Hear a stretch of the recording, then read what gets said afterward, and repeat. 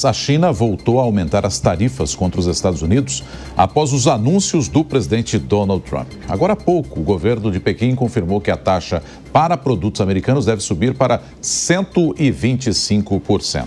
Alan Gani participa conosco aqui, analisa essa decisão chinesa em mais um capítulo aí nessa guerra tarifária. Ô Gani, bom dia para você.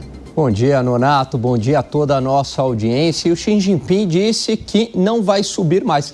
Aliás, chegou em 125%, nem faz mais sentido. Já faz um estrago gigantesco no comércio internacional, tanto pelo lado dos Estados Unidos quanto pelo lado chinês. Lembrando que ambos os países, por mais que haja um déficit na balança comercial dos Estados Unidos com a China, eles têm um comércio muito ativo. Os Estados Unidos vendem tecnologia para a China, ao passo que a China também vende uma série de bens manufaturados e industriais para os Estados Unidos. Sem contar que tem diversas empresas americanas, por exemplo, a Apple, que está em território chinês. E aí o Xi Jinping, ele dá uma declaração que é muito sensata.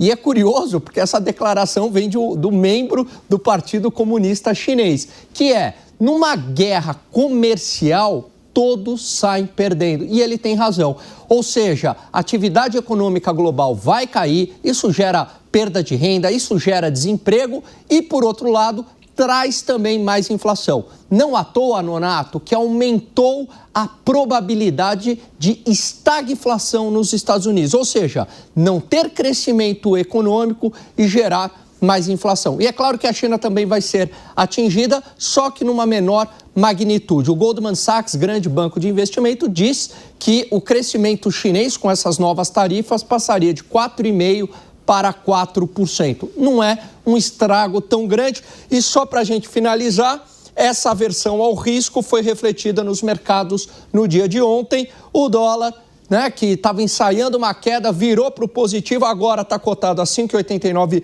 uma alta de 1,15%, e o Ibovespa fechou em queda de 1,13%, Nonato.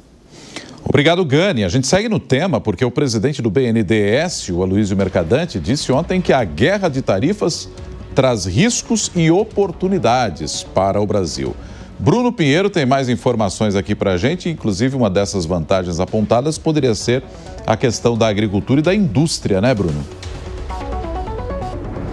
Olhares em ângulos diferentes, na verdade. Enquanto alguns estão, de fato, reclamando, estão reagindo, veio, então, essa resposta de Aloysio Mercadante, dizendo, inclusive, que essa guerra vai deixar muitas sequelas. Mas, de fato, ele tem essa visão em relação à agricultura e à indústria também, que são setores que vão ter algumas oportunidades diante dessas medidas que foram anunciadas pelos Estados Unidos. Diante disso, na fala dele, como estão sendo chamadas essas decisões, que foi unilateral, sem negociação ou uma consideração das instituições multilaterais de comércio, então gerou uma grande instabilidade econômica e financeira. Ele disse que é seguro que este processo vai gerar uma cobrança inflacionária para todas as nações, na verdade, um choque externo e global, e vai dificultar também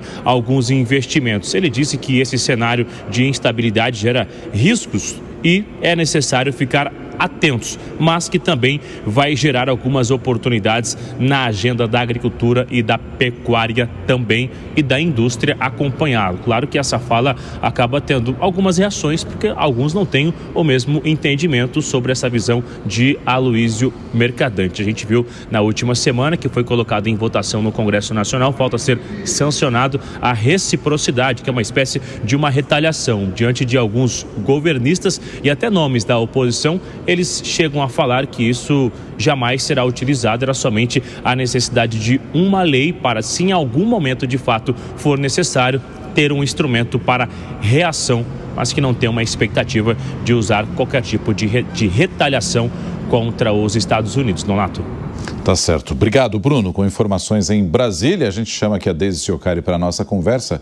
O Deise, aí talvez o ministro esteja vendo a parte mais cheia do copo, esteja sendo um tanto quanto otimista, porque ainda que a gente tenha, eu estou mais com o Xi Jinping. Num momento como esse, acho que ninguém ganha efetivamente quando você tem um tensionamento e uma guerra comercial entre vários atores no mundo, não, Deise? Nonato, a leitura do Mercadante ela é uma leitura otimista e estratégica, mas ela peca por omitir os riscos que o Brasil enfrenta para aproveitar essas oportunidades, né? A gente ainda tem, o Brasil tem desafios logísticos, estruturais e tributários que ainda afastam os investidores estrangeiros. A gente fala tanto aqui na Jovem Pan sobre a imprevisibilidade da economia brasileira, o fato dos investidores não saberem o que vai acontecer com a nossa economia no médio e longo prazo, porque as respostas do Palácio do Planalto, elas são sempre num curto prazo. Então, nessa guerra comercial, por mais que as oportunidades apareçam, nem sempre o Brasil está preparado para elas, né? Então, o Mercadante também, ele pressupõe uma agilidade do Estado brasileiro e uma resposta, uma capacidade de resposta imediata que, infelizmente, não condizem com a realidade atual.